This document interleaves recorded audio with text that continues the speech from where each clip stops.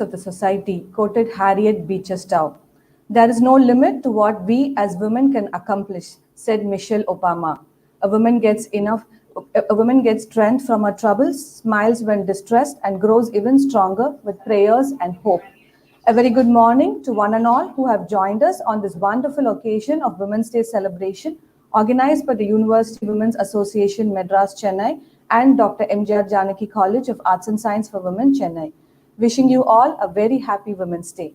In the year 1909, we realized saving our planet, lifting people out of poverty, advancing our economic growth, spreading education, accomplishing research and medical achievements, connecting the dots between climate change, water scarcity, global health, and hence nothing is possible without women. The International Women's Day was first celebrated on 28 February 1909 in the New York City. Later, it was in the year 1910, the International Women's Conference suggested 8th March as the International Women's Day, commemorating the political, social, and economic achievements of women. To begin this splendid occasion, I now call upon Vishnu Priya from the Department of Psychology to render the prayer song. கருணை தெய்வமே கற்பகமே காண வேண்டும் முந்தன் பொற்பதமே என் கருணை தெய்வமே கற்பகமே காண வேண்டும் முந்தன் பொற்பதமே என் கருணை தெய்வமே கற்பகமே ஒரு துணையாக என் உள்ளத்தில் அமர்ந்தாய் உனையன்றி வேறு யாரோ என் தாய் ஒரு துணையாக என் உள்ளத்தில் அமர்ந்தாய் உனையன்றி வேறு யாரோ என் தாய் கருணை தெய்வமே கற்பகமே காண வேண்டும் முந்தன் பொற்பதமே என் கருணை தெய்வமே கற்பகமே ஆனந்த வாழ்வு அளித்திடல் வேண்டும் அன்னையே என் மேல் இறங்கிடல் வேண்டும் ஆனந்த வாழ்வு அளித்திடல் வேண்டும் அன்னையே என் மேல் இறங்கிடல் வேண்டும் நானும் முன்னே தொழுதிடல் வேண்டும் நலமுடன் வாழ அருளல் வேண்டும் நலமுடன் வாழ அருளல் வேண்டும் கருணை தெய்வமே கற்பகமே காண வேண்டும் முந்தன் பொற்பதமே என் கருணை தெய்வமே கற்பகமே. Thank you. Thank you, Vishnu Priya. I now take pride in inviting our correspondent, Dr. Lata Rajendran, to welcome the gathering. Good morning. International Women's Day, 8th March, is being celebrated for over a century now, and it is a global day celebrating the social, economic, cultural, and political achievements of women. This year, UN Women announces the theme for International Women's Day 2021 as Women in Leadership, Achieving an Equal Future in a COVID-19 World. University Women's Association and Dr. MGR-Janaki College of Arts and Science for Women are happy to celebrate the International Women's Day through this platform where we have been graced by 3 speakers today. It is our privilege that Dr. Sudha Seshan, Vice Chancellor, Dr. MGR Medical University is here to inaugurate today's session and share her thoughts with us.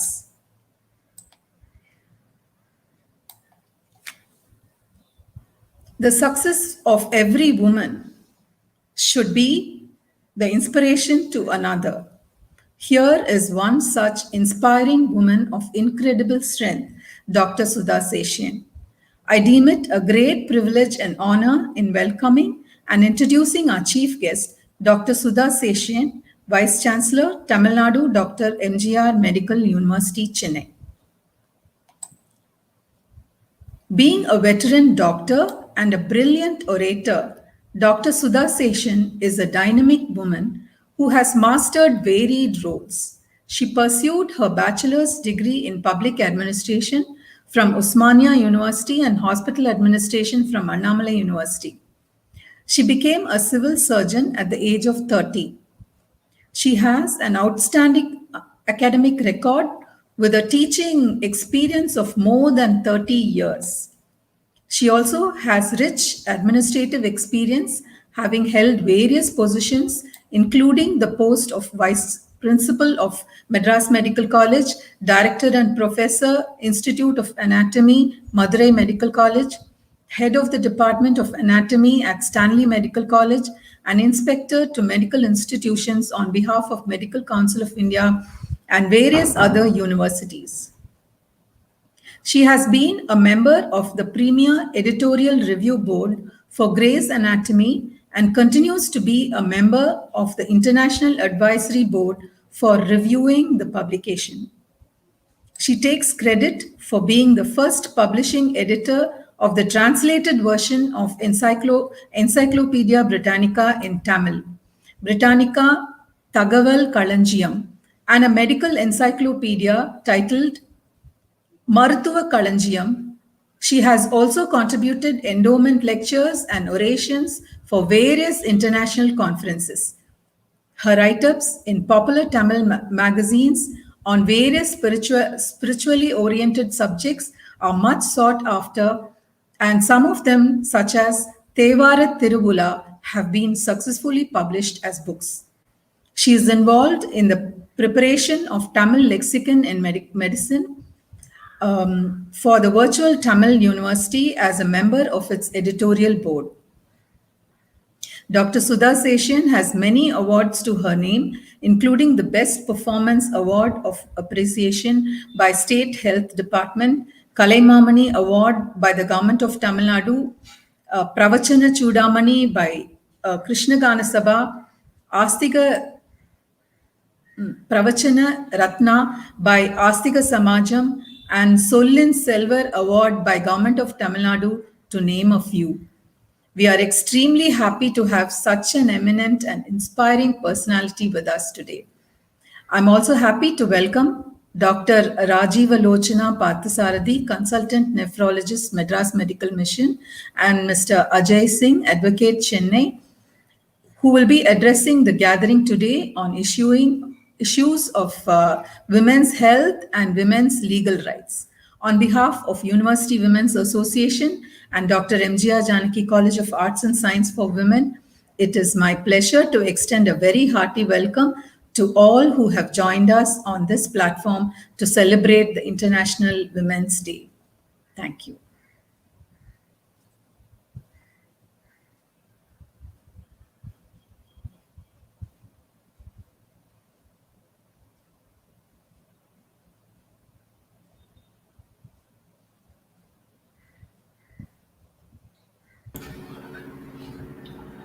Over to Dr. Sudha Seshan, ma'am. Vanakkam. Happy Women's Day 2021 to one and all.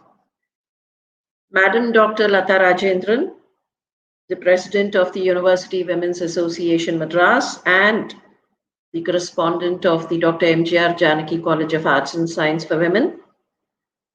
Madam Anita Arun Krishna, Secretary of the University Women's Association. The members of the University Women's Association, staff and students of the Dr. MGR-Janaki College of Arts and Science for Women, Dr. Rajiva Lochana Parthasarathi and Ajay Singh, participants from varied sectors, students and friends. At the outset, let me reiterate my very sincere wishes for the International Women's Day to each one of you. Womanhood signifies energy, compassion, empathy, and goodwill. The Women's Day is a day not only to celebrate all these qualities, but also a day to rededicate ourselves to the promotion of these qualities. As rightly pointed out by Madam Lata Rajendran, the International Women's Day, or March 8th, is generally observed as the day that celebrates the social, economic, cultural, and political achievements of women. Women form one of the two main biological groups of humanity. Complete and effective participation of women in the activities of mankind will lead to beneficial fructification of any such activity. However, it is still a matter of debate if women are properly and proportionately represented in many walks of life, including public life, decision making, and areas of human progression. A report from the United Nations states that it may take another 130 years, mark it, not one or two, not a decade or two, but then 130 years for gender equality to be established in matters related to polity and governance. There are also other areas of concern. Apart from polity, governance, there are other areas of concern. Two such areas, I think, have been identified today to be focused on in this very meeting. Though women are acknowledged to be good caregivers, their attention to personal health and hygiene suffers on account of several factors. You would find a woman take care of the entire family, the husband, the daughter, the son, the in-laws, but then when it comes to her own health demands, she may ignore or neglect them forever. Two major factors of such neglect are: one, inadequate awareness, and two, reluctance to acquire awareness. There was a time when it was thought that women were not affected by certain diseases. I'm sure my friend Dr. Rajiv Alochana would agree with me when I say times have changed. Faster lifestyle, shouldering of greater responsibilities, balancing of domestic and professional lives have all added their own shares of problems and difficulties, thereby altering the disease spectrum. Longer hours of being away from home and travel can further compound the problems and difficulties. Similarly, in matters of legal rights, it is more of reluctance to act at the appropriate time in the appropriate way that leads to suppression of women's rights. Instances are more when the woman does not want to demand her rights at all. The woman has several inherent qualities. We have already enlisted some of them, namely energy, compassion, empathy, and goodwill. There are more: tolerance, patience, resilience, placing the kith and kin anterior to oneself, and in general, an attitude to remain within her own world contribute to her not realizing her own position, greatness, or rights. I'm happy today that the University Women's Association Madras and the Dr. MGR-Janaki College of Arts and Science for Women have jointly thought of such issues and have decided to deliberate on them. From 1917, when Soviet Russia accorded significance to the 8th of March, Vijayalakshmi was talking about the history, and there were others who were mentioning about how this International Women's Day came into existence. But then it was in 1917 that Soviet Russia accorded significance to the particular date of 8th of March. And from 1977, the United Nations adopted this as the International Women's Day. From such times, the observance and celebration of the International Women's Day have come a long way.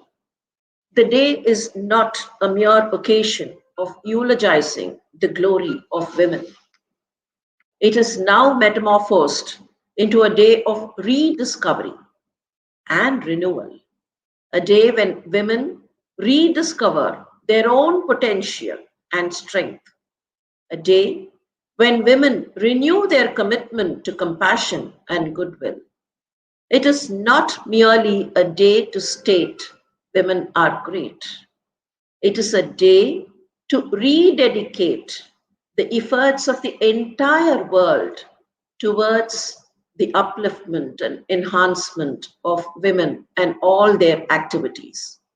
I'm confident that the celebrations of the International Women's Day of 2021, as hosted by the two great institutions, one that of the University Women's Association and the other in the name of the legendary Dr. M.G. Ramachandran and Madam Janaki Ramachandran, the Dr. MGR-Janaki College of Arts and Science, on this day of the 8th March of 2021, shall also be one such day of rediscovery and renewal. I take this opportunity to wish all of you a very happy Women's Day once again, and fervently request that you take home the message that would come out of the deliberations. I find Dr. Rajiva Lochana Parthasarathy is here to talk about women and kidney health, following which will be a discussion by Ajay Singh on gender equality and legal rights of women in the modern era. Kidney health is as important to a lady as it would be for anyone. Similarly, changing lifestyles have changed the legal rights that are needed and demanded by women. I'm sure both these sessions would give you greater insights into the life, into the livelihood, into the activity spectrum of any woman, and thereby make you richer in your knowledge and wisdom. All the best, and once again, a very happy Women's Day, and my very sincere thanks to one and all for making me a part of this memorable occasion. Thank you. Thank you, ma'am, for your inspirational inaugural address. I am extremely happy to welcome and introduce our first speaker for the day, Dr. Rajiva Lochana Parthasarathy, consultant nephrologist, currently working at the Madras Medical Mission, Chennai.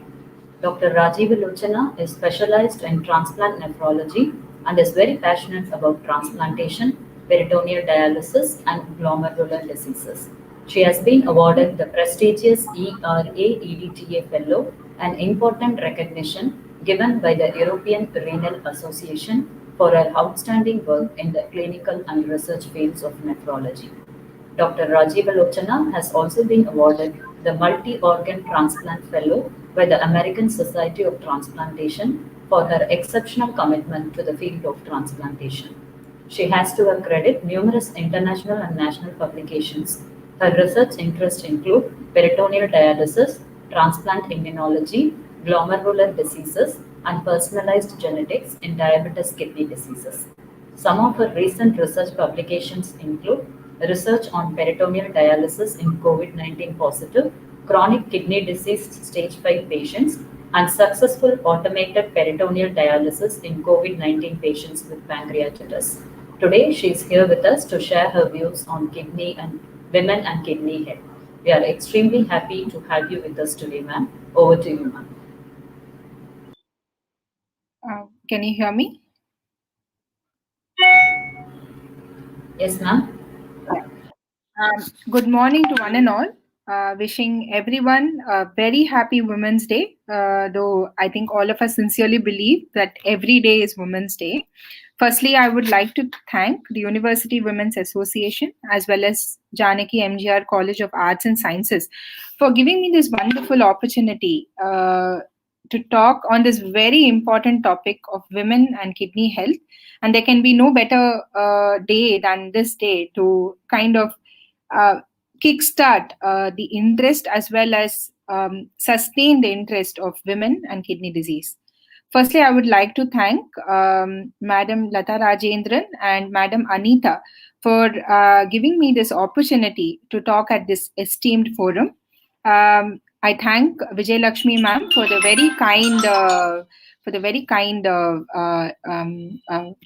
in this one, and I also thank Hemal from Mohan Foundation, who was kind enough to think about me to give this very important talk.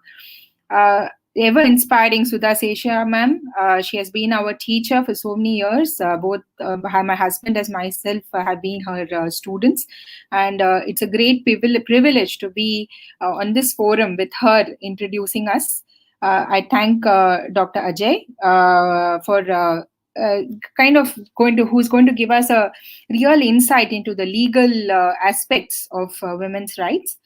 I'm really honored to speak at this esteemed women and hope that after this talk, at least there is some education about kidney disease, especially among women.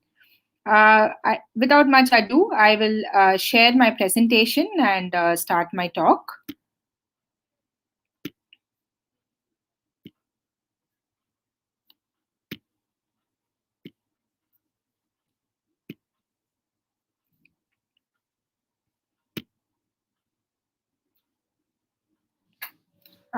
My PPT is audible.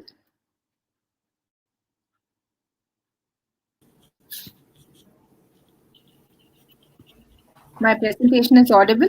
Yes, ma'am. It's seen, ma'am. It's seen. Audible. Yeah, thank you. Yes, audible, ma'am. Audible. Right. So the best part of this is March is not only a month where we celebrate Women's Day, we also celebrate the World Kidney Day. So understanding how important kidneys are to women and for women who live with kidney disease is extremely important to all of us. 11th March 2021, this year, our theme for World Kidney Day is Living Well with Kidney Disease. And kidney disease health for all. And it cannot be better said than for women. Women multitask and living well with kidney disease, as well as keeping their health in control, is what is important for any woman. So just a small insight into what you mean by chronic kidney disease. So what chronic kidney disease is basically when the kidneys function less over time, and in some people fail to the extent that they may need dialysis or transplant. So although kidney disease is more prevalent among males than among females, the trend in prevalence is been increasing and is almost reaching equality in male and female. I don't know whether we are equal in other respects, but kidney disease is almost the same now in both men and women, especially in India, with the rising trend of diabetes and obesity among women in India. The CKD registry in 2011 registered more than 60,000 cases of chronic kidney disease, and the mean age of females with chronic kidney disease is around 48 years, And it's actually reducing as time goes on. So we see younger and younger women in the reproductive age group who end up with kidney disease. So what is the impact? Almost 1 in 10 people worldwide are living with kidney disease. The mortality means the increasing burden of dying because of kidney disease is really high, and it has become a significant economic burden. And even high income countries spend more than 2% of their annual budgets on end-stage kidney disease and treatment. Now, more and more women are being diagnosed with chronic kidney disease. So what are the risk factors which we can think of? One is a high blood pressure. Second is a diabetes. Diabetes is the number one silent as well as the most important cause of kidney disease, both in men and women. Now, diabetic patients can have both high blood pressure, they can have heart disease, it can be associated with obesity. There is a rise of incidence in women smoking, so it is a very high risk factor for getting kidney disease. And anybody with a family history of kidney disease should get themselves checked. Isolated high blood pressure, heart disease, obesity, all can be very, very major risk factors for getting kidney disease. Millions of women around the world have CKD. At the current statistics say more than 8 million may be affected. 8 million women can be having CKD, which can affect anyone, no matter their age, gender, race, or ethnic background. Some research has shown that it is slightly more in women than men, 14% versus 12%. So this percentage was much higher previously. It was much wider. Now it is almost the same, where equal number of men and women are living with kidney disease. So what we have to understand is it is currently the 8th leading cause of death in women. Nearly 20% of women who have a urinary tract infection can have another one soon. And 45% of women over the age of 30 may experience some form of stress continence, which can all be risk factors leading to kidney disease. So why is it more different in women? One, presently it is almost equal in men and women. Women are a separate group. All of us conceive, we have children, so there is a high risk both for the conception as well as there are pregnancy risks. Being women, we have to multitask, we have to look after the family, we have to look after our children, we have to look after our husbands, we have to look after our elders. And there is high rate of depression because kidney disease can put a huge burden on our activity levels, and this leads to more and more depression. Women are more susceptible to bone disease, which can be caused by kidney disease.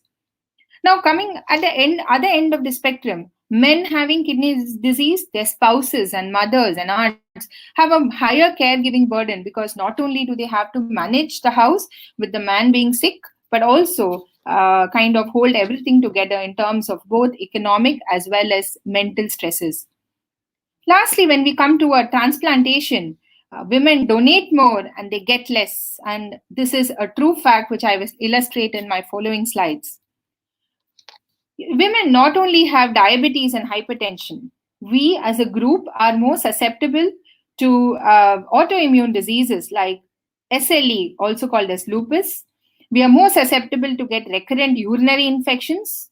Women of color, that is the African American subgroup of women, have higher risk of kidney disease. And we as women, especially during pregnancy and even so otherwise, have a higher risk of urinary infections being more severe.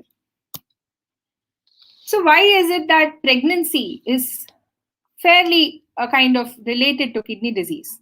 So during pregnancy, we work at our maximum. Our kidneys also work at their maximum. So any woman with kidney disease, it is harder for them to conceive. It is harder for them to remain pregnant, and they can have more complications related to high blood pressure. Similarly, women with kidney disease who end up having kids may have typically a preterm deliveries. There's a higher risk of neonatal death, and they are essentially at higher risk for complications when compared to normal women. So it is very important for us to diagnose kidney disease in women, especially of the reproductive age group, because it helps us counsel them better and lead them to have safer pregnancies and safer deliveries. The next and the most important thing, so we see a whole lot of hemodialysis patients, peritoneal dialysis patients, as well as transplant patients. And most of their caregiving people are women. So they are the primary caregiver for patients with kidney disease and kidney failure.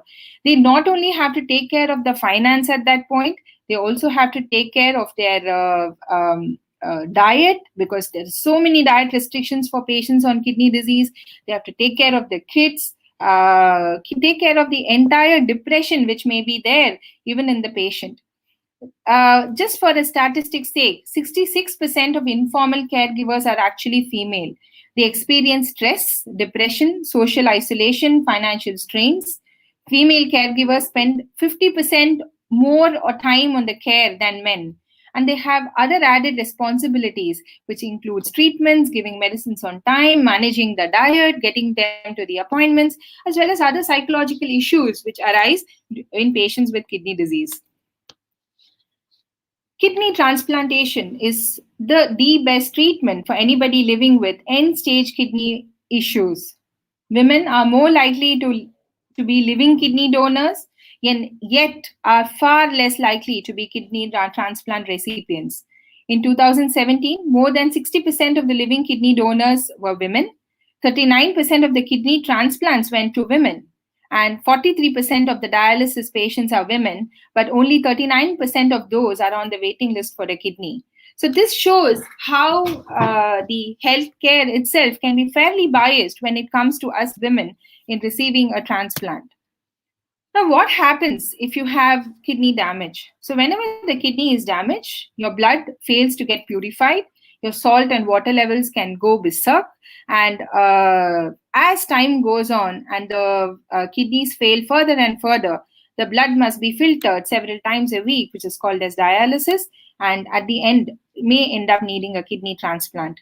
So this being said, it's not always this scary. Something which is picked up early can always be prevented from going to anything end stage. And this is where, as women, we need to be aware that we need to get our kidneys checked on a monthly basis, especially if we have risk factors. Now, how will we know if we have kidney problems? So generally, or unfortunately, most of the kidney diseases can be fairly asymptomatic, which means that we may have no symptoms till we end up getting at the higher stage of kidney disease. So it's very important to ask your doctor who you visit as a GP to test your blood for a serum creatinine as well as your urine. Now, if the doctor finds protein in your urine and if the serum creatinine is abnormal, you may have kidney disease, especially if you have all these factors like diabetes, hypertension, obesity, you're taking a whole lot of painkillers, then it's I have noticed so many women, they ignore their pains, they keep taking painkillers and work. But what they don't realize is their kidneys are getting damaged in the process. So it's very important to get yourself checked very regularly. If possible, get tested yearly. And more often, if your test shows some sort of abnormality, especially if there's protein in your urine, if your serum creatinine is high, or your kidneys are not working as they usually do. If you have diabetes, meet the blood sugar targets as often as you can. Eat on the right time. Get tested for an average level of blood sugar, which is an A1C test, at least twice a year. Ideally, it's actually 4 times a year. Get a serum creatinine and a urine test done every 4 months. And if your blood pressure is high, check it regularly and get it under control to make sure your kidneys stay healthy. Talk to your doctor about medicines that harm your kidneys and other ways to lower your blood pressure. What is the best way to keep our kidneys healthy? Most important is your diabetes control, a blood pressure control. Try to stay within your target cholesterol range. Low salt food. I see many women, they're like, my husband likes a lot of salt in our food, so I end up putting a lot of salt. I can still eat. So it's very important that you take care of yourself first. Eat foods which are lower in salt. Eat more fruits and vegetables. Please keep a healthy lifestyle, get a activity schedule for yourself where you have some me time in terms of exercise and just not running around in your house as well as in your workplace. And all the medications should be taken as directed at the right time, which makes a huge difference in terms of keeping the kidneys healthy. So what can we do to prevent kidney failure? So it is to first identify whether we have any risk factors for getting kidney disease. Get tested regularly if we are at risk, especially above the age of 40. It would be prudent to get tested yearly. Find it early, we treat it early, we can prevent from going to higher stages of kidney disease. Get your blood and urine checked. If you have diabetes, stay in your target blood sugar range. Lose weight, get a physical activity chart, do physical activity which is actually kind of at least 20 minutes a day. Quit smoking if you're smoking. When you're getting a checkup, it's not just a gynecological checkup or just a sugar checkup. Get your kidneys checked too. Avoid painkillers. Take medications as directed. And if you have chronic kidney disease, please meet a nephrologist and a dietitian to make a kidney healthy eating plan and see what else you can do to prevent it from going up further. So basically, as I already mentioned, the challenge is unique to women. If a woman has kidney disease, even earlier stages, it may be difficult for her to conceive. She may be at higher risk for getting pregnancy-related complications. And overall, the access to healthcare, especially in the rural areas, is really difficult for women living with kidney disease. This was a very nice story which I saw in the Hindu. Sum of our parts. Why are the vast majority of Indian organ donors women? India is a great hub for living donor organ transplants in both South as well as Southeast Asia. In 2017, there was a gender equality where India ranked 129, where India's female labor participation rate was very low. Expenditure on major morbidity for an Indian woman is on an average 28% lower than for a man. And the average expenditure for a man was 10,000 versus 7,000. Simply put, a woman's life was 28% less valuable than a man's.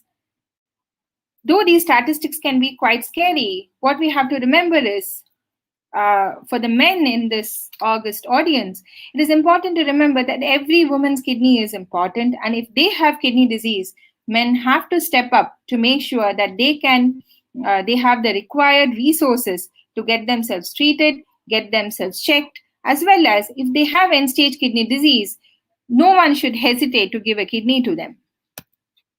It's really not fair. In India, currently, this is a September 2020 report, 78% of the living organ donors in India are women.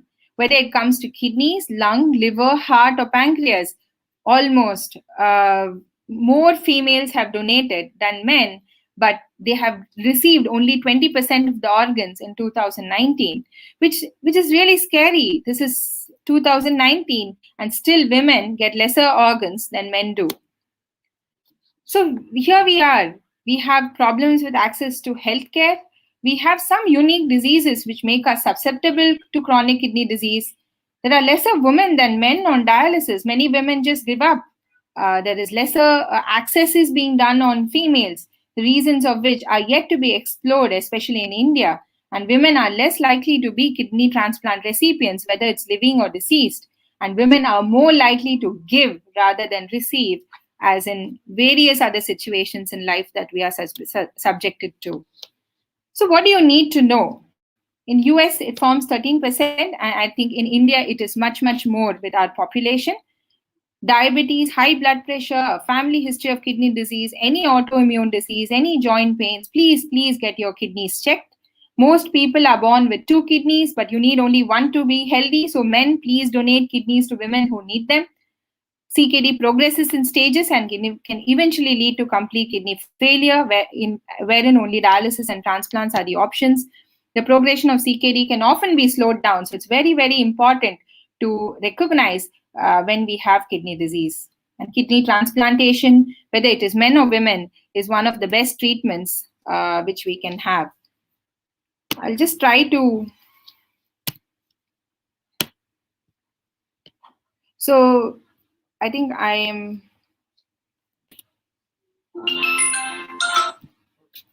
I'll just try to play this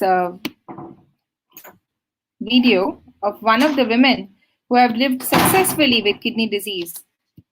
Just see whether it plays online.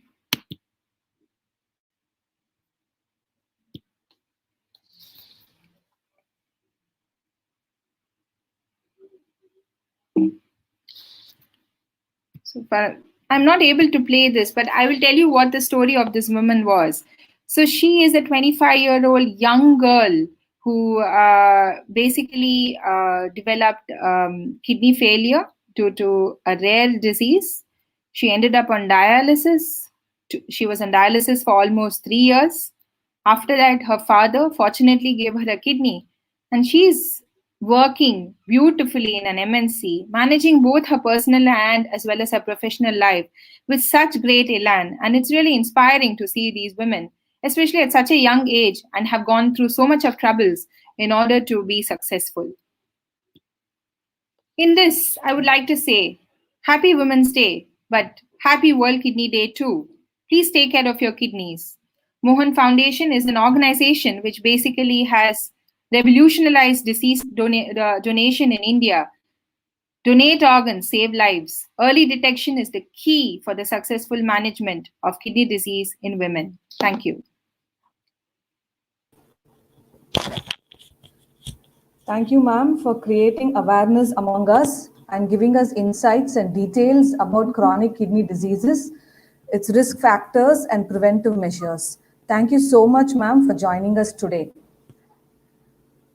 I'm happy to invite and introduce the next speaker for the day, Mr. Ajay Singh, advocate and co-founder, Jagrati Foundations. He is a practicing advocate in matters pertaining to civil, criminal, constitutional, property, matrimonial, sports, cyber, and labor laws. He has been dealing with cases under the jurisdiction of Rajasthan High Court, Madras High Court, Delhi High Court, National Consumer Dispute Redressal Commission, New Delhi, and Enforcement Directorate, New Delhi. He is a member of the Advisory Council for Rajasthan Cricket Association and World Trade Park, Jaipur. He has been assisting his senior advocate in cases against BCCI, a case defending property and infrastructure matters where the project cost ran in 10 digits. He is a co-founder of Jagrati Foundations, which is a registered public trust founded with an objective of promoting legal awareness programs. He has conducted numerous legal awareness programs and so far educated more than 1,600 girl students about their legal rights. He has also been working hard to improve nutrition and literacy among the financially weaker sections of the society, including children at the orphanages. Today, he is going to share his views on gender equality and legal rights of women in the modern era. We are extremely happy to have you with us today, sir. Over to you, sir. Ma'am, thank you for the introduction. The Honorable Vice Chancellor of the Tamil Nadu Dr. MGR Medical University, Dr. Sudha Seshian, respected co-speaker Dr. Rajiv Lochan Parthasarathy, Dr. Lata Rajendran, President of University Women's Association Madras, Mrs. Anita Arun Krishna, Secretary, University Women's Association Madras. I am thankful to Dr. Vijay Lakshmi ji for coordinating for this talk and Srimati Sri Lakshmi ji for connecting Jagrati Foundation with this event. My greetings to all the respected members of University Women Association Madras and respected teachers and dear students of Dr. MGR-Janaki College of Arts and Science for Women. I wish you all a very happy International Women's Day. I will start with sharing the slide so that it becomes more interactive. The topic I have chosen is gender equality. And the reason for choosing this topic was that before talking about women empowerment, the first step required is to attain gender equality. So gender equality means that whether you have whatever resources you have, the important thing is whether the male as well as female of that country have equal opportunity to access those resources or not. So on this basis, I have prepared this slide, and the reference I would take is of the Global Gender Gap Report 2020, which is published by World Economic Forum. Although this forum has given a disclaimer about this report, but to start with what is the position of gender gap in India, I would ask few questions to all of you. And whether you know the data or not, it doesn't matter. We have some common sense by which we generally give answers to certain questions. For example, if I ask what percentage of population in Chennai owns a four-wheeler. So maybe you do not have the exact data, but you can give some idea like 30%, 40%. So on the basis of that sense only, I will ask you a few questions that you will answer to yourself and then check how our knowledge is. The first is the gender equality in economic participation and opportunity. So I ask you that 153 countries were surveyed by World Economic Forum. What rank do you think India must have secured out of 153 countries when it comes to gender equality in economic participation and opportunity? So remember that you do not need to think about the economy of the country, but you have to think only about the equal opportunity to men and women to access the resources. That's the question. So how many of you think that India must be within the top 100 or India must be between 100 to 153? So I think you must have formed one opinion about it, and see the result is that India ranks 149. So 149 out of 153, and you can see the score. The score is also not very good. It is just 0.354. The score means 0.354 means that we are performing really bad. So from 0 to 1, if it is near to 1, it means we have more gender equality. If it is close to 0, then it's really a worrisome situation. Now let's think about how far we have traveled in the past one decade. In 2010, where did we stand? So in 2010, our rank was 128th when 134 countries were surveyed. But you can see the score. The score was 0.4025. So by this illustration, you can understand that we do not have gender equality among men and women when it comes to economic participation, when it comes to accessing the resources. So this score shows that men have advantage over women. So this is the gender gap, and we have to overcome this gender gap. I also looked for a data which was published by Ministry of Statistics and Program Implementation of India, and there was a particular data which was really worrisome.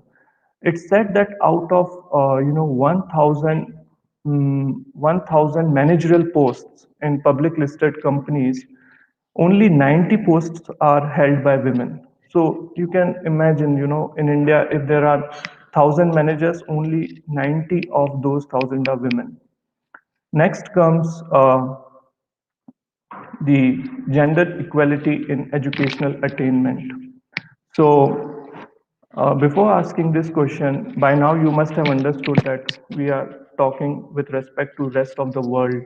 So my question to this is that what do you think, what rank we must have secured in gender equality in educational attainment out of 153 countries? And the second question is, do you think India would have performed better than Saudi Arabia? So let's form an opinion about it and then see the correct answers. India's rank was 112 out of 153, and the score was 0.962. It means that yes, we are attaining gender equality because our score is closer to 1, but it also means that compared to the rest of the world, we are not doing that good. and how far we traveled in the past one decade. In 2010, you can see our rank was 120th, but our score was only 0.8369. So in terms of score, in past one decade, we have done well. And the next question was, what do you think that India would have performed better than Saudi Arabia or not?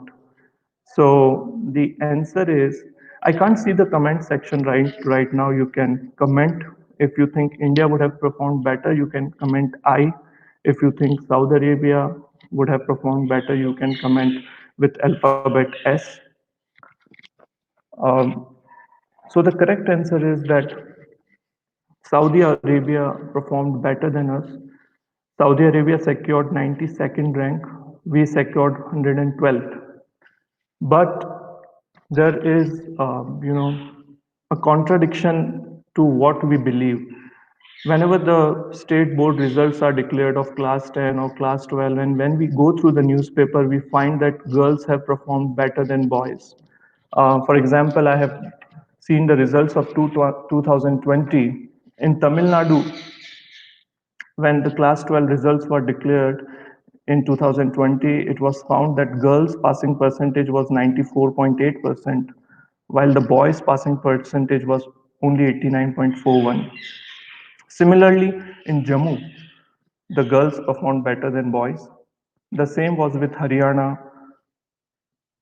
In Madhya Pradesh, the topper was girl. In Punjab, class 12 topper was girl. And in Uttar Pradesh, also the same thing, girls performed better than boys. Then when we are seeing such things in our newspaper, when we are seeing that girls are performing really well, then why our rank is so bad when it is published by uh, Global Gender Gap Report? The reason is, now there is something to feel happy about, that there are three parameters, that enrollment to primary education, secondary education, and then tertiary education. In all these three parameters, we can feel proud because India has attained complete gender equality. There is no gender gap when it comes to these three parameters. Our government should be congratulated for it. Our teachers and other people who are working towards it should be congratulated. Even United States of America, United Kingdom, they have not been able to attain gender equality in all these three parameters, primary, secondary, and tertiary education. They are lacking in one or the other. But India has attained it. So why the score is so bad? The score is so bad because there is a difference in literacy rate among Indian women and men. So among Indian men, the literacy rate is nearly 84%, while among women it is 70%. So this gap in literacy rate is giving us this rank 112 out of 153. Now next comes the another important issue which our co-speaker also addressed about health. So in health and survival, do you think men and women have equal access to health facilities, or is there some gap that men are able to access more and women are able to access less, or something like that? The question is not so simple, it's complicated. But I will put the question again. You can form an opinion.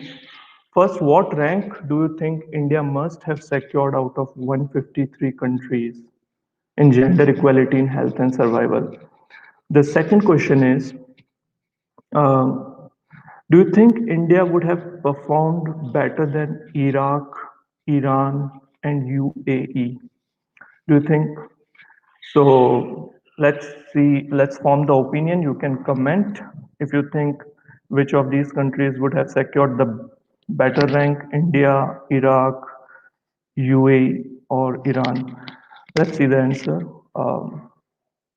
India secured rank 150th out of 153. So there were only three countries behind us. And our score is good, 0.944. This shows that we are towards attaining gender equality, but we are not as good as rest of the world is doing. They are closer towards attaining the gender equality. So how far did we travel in past one decade? In 2010, our rank was equally bad. It was 132nd rank out of 134. But if you see the score, in terms of score, we have improved. But as I said earlier, we are not at par with the pace at which the rest of the world is moving. And the second question that I asked was, do you think India would have performed better than Iraq, UAE, and Iran? Let me tell their ranks. Iraq stood 76th, UAE secured 94th rank, and um, Iran was also better. So this is an eye opener that we need to look at it, that women have equal opportunity to access the health and survival as compared to men. And this is the data, which is, I again take the name of the report. It is Global Gender Gap Report 2020. It is published every year. You can have access to that report on the website of World Economic Forum. Now, the fourth factor is political empowerment, gender equality in political empowerment. It means that, do you think in India, men and women have equal opportunity or they are able to secure equal position when it comes to political empowerment? So, what rank do you think India would have secured? So by now you must be thinking about 100 plus only, because the past three indicators we were above 100. So you must be thinking in this also we have secured 100 plus rank. But we'll come to the answer. And do you think that India would have performed better than Switzerland, USA or Italy when it comes to this indicator of gender equality? Let's see rank of India. In 2020, India secured 18th rank out of 153. That is pretty good, but score is 0.411. It means we are still far from gender equality. In 2010, we stood 23rd, and our score was 0.2913. So it means in past one decade, we have attained gender equality in political empowerment in a better way. Now, the question is that what do you think about the performance of India as compared to USA, Switzerland, and Italy? So the answer is India performed better than these countries. Switzerland stood at 19th rank, USA stood 86th, and Italy was on 44th position. So it may appear that, the Western countries have more representation in politics for women than in India, but the situation is not so. We also have good representation of women in the political system, and we'll look at the data also. Right, then the data is here. Let's see the current Lok Sabha situation. We have 542 strength, out of which 78 members are female. So we have nearly 14%, 14%. And one very good trend was seen in 2019 Lok Sabha elections. It was for the first time since the first general elections, which were held in 1952. For the first time, it happened that the percentage women voter turnout was 67.2%, while the percentage of men voter turnout was 67%. So it's a good trend. For the first time, it happened that women voter turnout was more than the men voter turnout. It's a very positive sign. And if we go by the report of Global Gender Gap, then it says that the widest gap that exists among men and women in any indicator is the political empowerment indicator only. And the good thing is that our country is performing well in that. And we can perform still better if while casting your vote, you can think about choosing a feminist candidate, or you can demand for more tickets given to women. And that can be a demand, a valid demand, a legitimate demand. And one more thing, that this figure of 78 members is not very impressive. So how we secured a good rank? I think the reason is because of the Panchayati Raj institutions. In Panchayati Raj institutions, the representation of women is almost 45%. Uh, the election of sarpanch, gram pradhan, and all that. So in that particular chain, women have a better representation as compared to Lok Sabha. Now let's come to Tamil Nadu Legislative Assembly. Okay, I ask you a question. You can give answer either in comments. See, Tamil Nadu Legislative Assembly has 234, I think 235 members. So, how many members do you think are female members?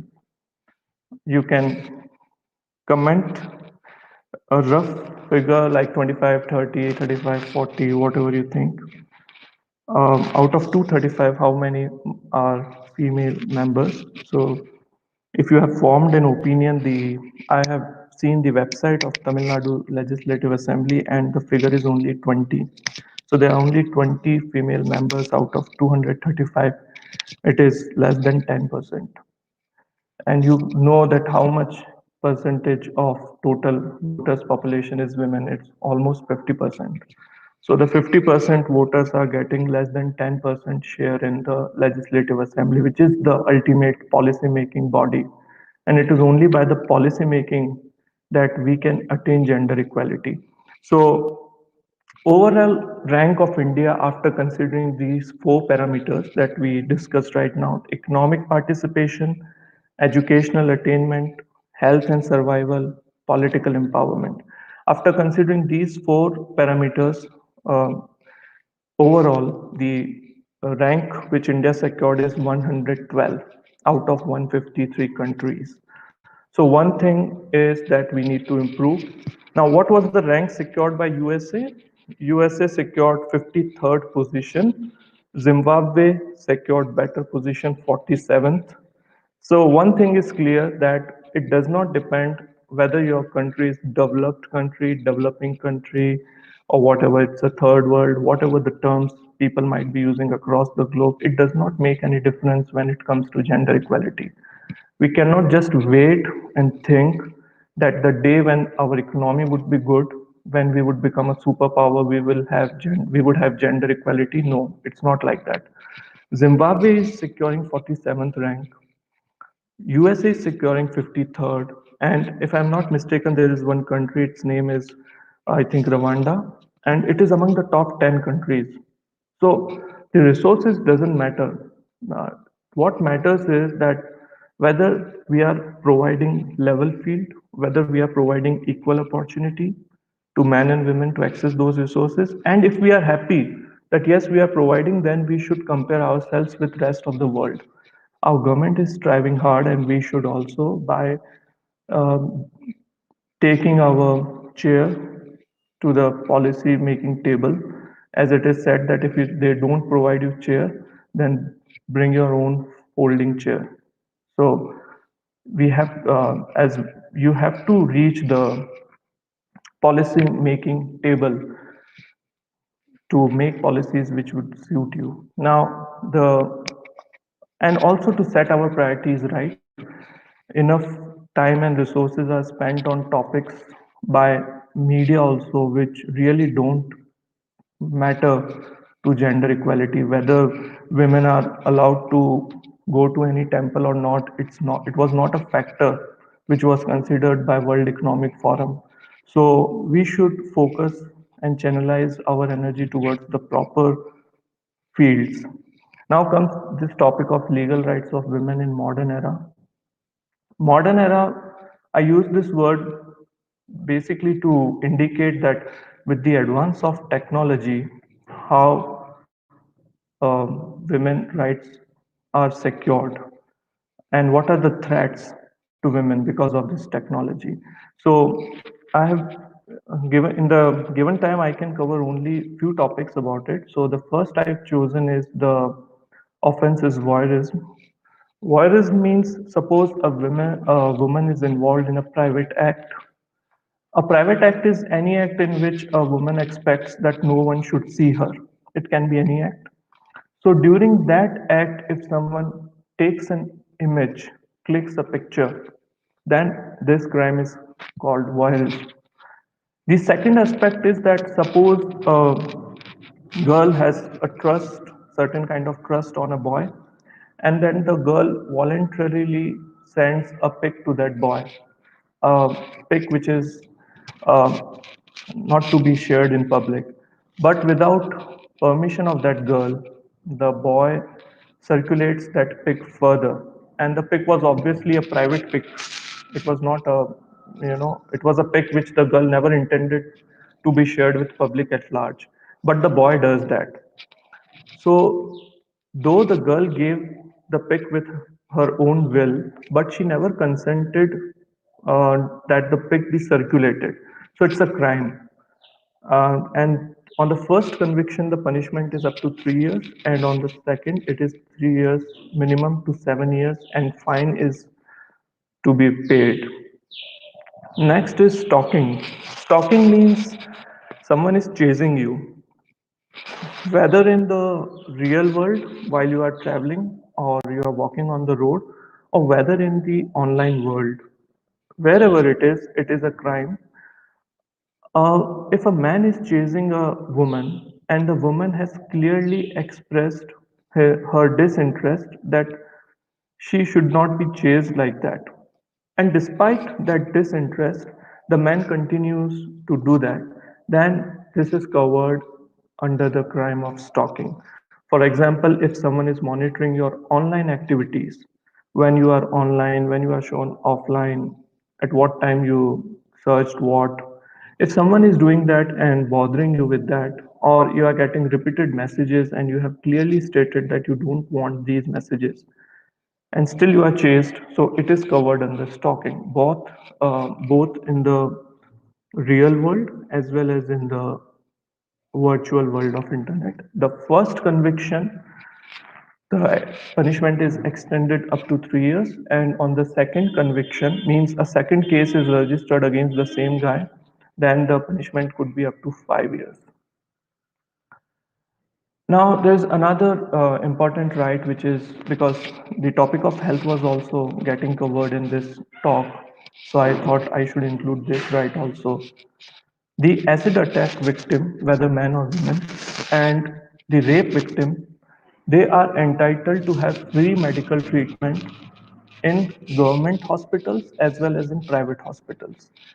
This law is provided under section 357C of Criminal Procedure Code, and the in charge of the hospital cannot refuse to give free medical treatment if the victim is acid attack victim or rape victim. And if the in charge of the hospital refuses, then he is liable to be punished with 1 year imprisonment and fine, which is provided under Indian Penal Code. 166B is the section. So it's important to know that if you find any victim, you can rush to the nearest hospital, whether private or government, doesn't matter. The treatment is going to be free. Now, the another important aspect is eve teasing. So it's a very common thing which is happening these days in the name of a prank or something. People are doing it. So it's a crime, and you will feel very happy to know that Tamil Nadu is the only state. It was the first state in which made this particular thing as a crime in 1998. It started with a very unfortunate incident where a woman was harassed and she died. And thereafter, the government of Tamil Nadu made a law which made eve teasing and harassment of women a punishable offense. So later on, this law came to be known as Tamil Nadu Prohibition of Harassment of Women Act 1998. And till 2017, I am sure Tamil Nadu was the only state in the country which had this law. In 2017, Telangana was uh, initiating the steps to make it a law, but I don't know whether it was finally made or not.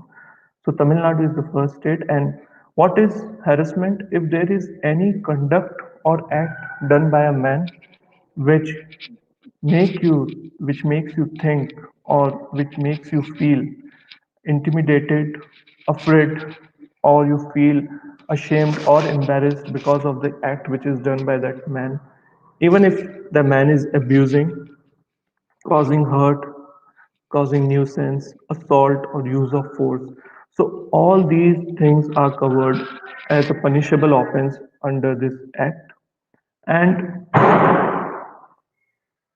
it is also important to point out here that in Indian jurisprudence we have a presumption that the accused is innocent until proved guilty. So the burden lies basically on the complainant to produce evidence to show that this accused committed the crime, because the court has a presumption that the accused is innocent. But government of Tamil Nadu made a provision that in this act that if there is any death which is caused by harassment or a suicide because of such harassment, then the presumption will be just reversed. The presumption will be that this accused caused this death because of harassment, or this accused abetted the suicide because of harassment. So, harassment death and harassment suicide, the burden of proof has been reversed. Now it will be presumed that the accused is guilty. So this is important, and it is equivalent to, if we talk about in terms of burden of proof, it has been made very grave as it is in case of dowry death. So this is the situation in Tamil Nadu. And finally, the Honorable Supreme Court in 2012, while deciding a case, as you can see the title, Deputy Inspector General of Police versus S. Samutiram. This case was also from Tamil Nadu only. And Honorable Supreme Court observed that there is certain law, which we discussed just now, in Tamil Nadu, and the Honorable Apex Court gave these directions to be implemented all over India. So, by the effect of judgment of 2012, now these directions are mandatory and to be followed in all the states. So, first is, you can see the left one, person in charge of the educational institution, place of worship, cinema, theaters, railway station, bus stands. They have to prevent eve teasing. This provision also exists in Tamil Nadu's law, which we discussed just now. The direction was also to install CCTV in strategic positions.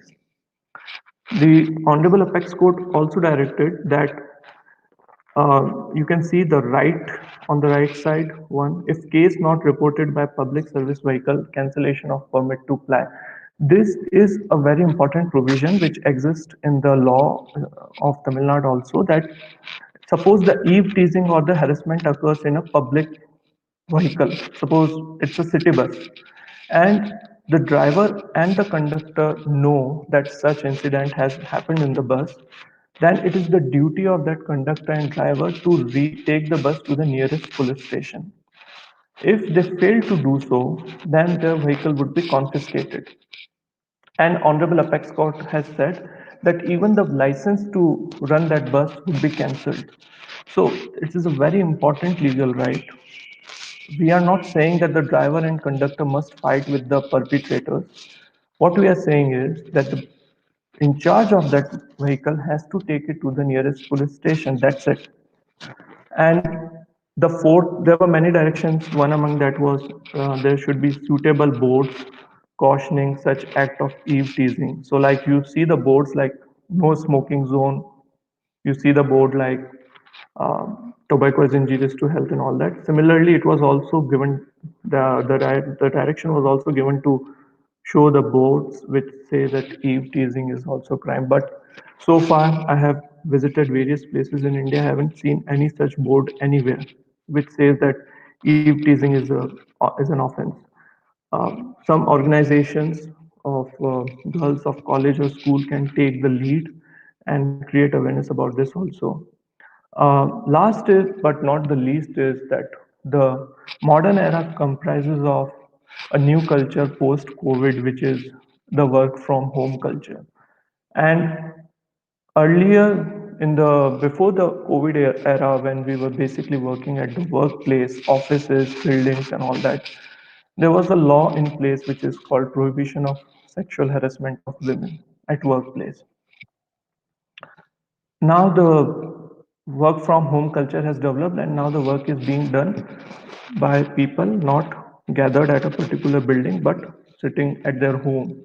So that digital platform itself is to be treated as a workplace, and if any harassment occurs even on that digital platform, this will be covered, as has been given. A judgment was delivered by Honorable Rajasthan High Court, which said that if a man is sitting in one state and a colleague woman is sitting in another state, but they are connected over a common digital platform, and if the man is sending offensive, obscene messages to that uh, woman in another state, it will constitute a single digital platform only, and it will be treated as a single workplace only. So the accused cannot take a benefit of any loophole or lacuna, that now the workplace definition is changed. I'm not covered by this act, this and that. So the digital platform is also a workplace now. With this, I thank all of you, and we, as Jagrati Foundation, have been working towards spreading legal awareness. After COVID, when we were not able to conduct the physical seminars, we started doing it through online platforms like Facebook. If you feel like, you can like our page, Facebook page, which is Jagrati Foundation Awareness J. And so far, through various posts, I think rough figure is we have reached more than 30,000 people by spreading the post. Although the members of the page is a very small family, but when we share our post, we are able to reach more people. And I welcome you all for any questions and answers regarding this. Thank you.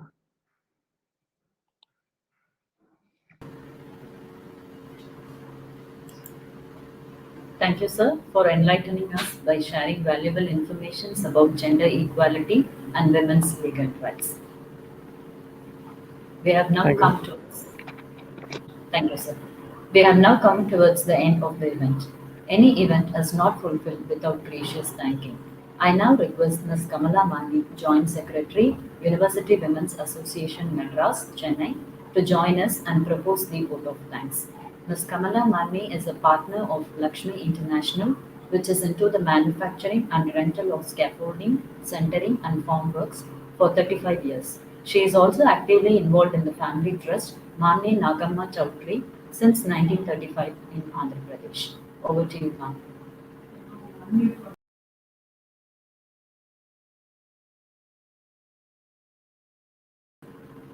Ma'am, kindly unmute, ma'am. Ma'am, kindly unmute, ma'am. Good morning, esteemed speakers, students, faculty of MGR-Janaki College. I take this opportunity to say, though March 8th is recognized as the International Women's Day, Indian National Women's Day is on February 13, which many are not aware of. It is with pride we can say that it is 142nd anniversary of our very own Nightingale of India, also known as Bharat Kokila. She is none other than our Sarojini Naidu, after whom Indian National Women's Day is celebrated. She has global literary genius. She has participated during the freedom struggle in Satyagraha, civil disobedience, and Quit India movement, and went to jail for 12 months. She was the first Indian governor in Uttar Pradesh, president of Indian National Congress in 1925, to name few of her achievements. The global movement of Women's Day started in 1900s with the struggles, trials, tears, and tribulations. Here we are still facing challenges every day. Today we have the esteemed speakers who all spoke to us, and I would like to give a little takeaways from each one of them. Dr. Sudha Session has touched upon the lack of awareness, neglect the women do to themselves while putting her family first. On this day, she wants women to become aware in matters of health, hygiene, legal matters to uplift and enhance themselves. And Dr. Rajiv Lochana, on a presentation of women and kidney health, told the impact of women living with kidney disease. In a nutshell, women need to take care of their kidneys throughout their lives. Her statistics show that women also are major donors and who have given kidneys. The most prone women are the ones with diabetes or blood pressure or who are smokers. She recommends women to get tested regularly and see that prevention is better than cure. And Mr. Ajay Singh has elucidated on all parameters in human lives on subjects of economic participation and opportunity, education, attainment, health and survival, political involvement, and legal rights of women on equality. He showed us comparative studies between men and India versus globally. In most cases, we still have a long way to go and lots of room for improvement. Mr. Ajay spoke about women's rights, both online and offline activities of stalking, acid attack, rape victims, eve teasing, and now all of them are present, are aware of the laws of the safety of women with case studies. With this, I would like to conclude this session with a quote by Sarojini Naidu. I'm not ready to die because it is required infinitely great courage to live. On behalf of MGR College Chairman Mr. Kumar Rajendran, Secretary Dr. Lata Rajendran, Principal Dr. R. Manimekalai, and University Women's Association President Dr. Lata Rajendran, we thank the stellar speeches for sparing their valuable time and giving us great inputs. Thank you. Thank you, ma'am. Thank you, one and all, for joining us today. Once again, I wish all women a very happy Women's Day. Thank you.